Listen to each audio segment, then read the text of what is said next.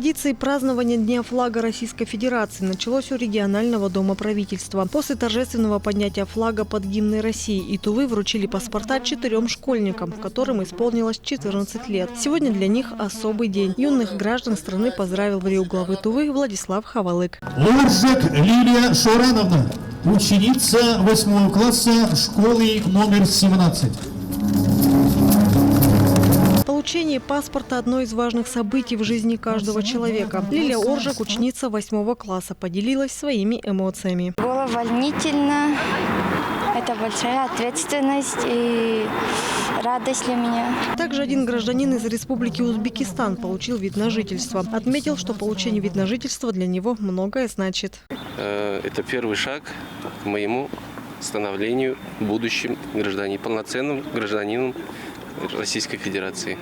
Я собираюсь здесь вносить вклад, непосильный вклад в развитие региона, Республики Тыва в частности, и трудиться на благо Российской Федерации. Хотел бы выразить слова благодарности Министерству внутренних дел за содействие и правительству Республики Тыва. После поднятия государственного флага кызылчане присоединились к патриотической акции, посвященной Дню государственного флага. У участников акции важная миссия – развернуть и удержать триколор. Забраться на гору – задача не из простых. Основным организатором патриотического мероприятия стали сотрудники ГОЧС, Министерства спорта Республики Тыва, а также молодежка ОНФ.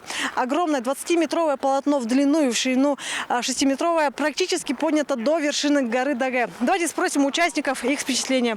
Скажите, пожалуйста, ваши эмоции, поделитесь. Очень хорошие. Я с гордостью ношу флаг нашей Родины. Уважаем его традиции, его славу.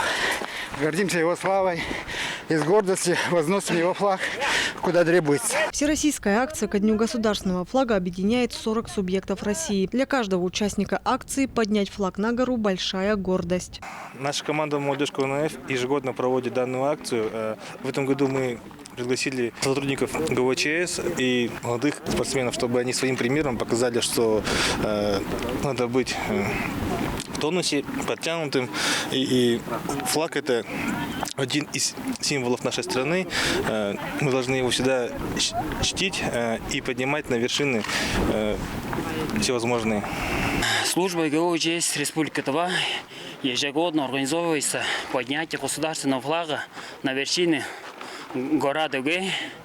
Это уже стало нам традицией. Это уже как бы 4-й год поднимаемся с государственным флагом Российской Федерации. Спасатель должен быть физически подготовленным. И во-вторых, это наш флаг, гордость.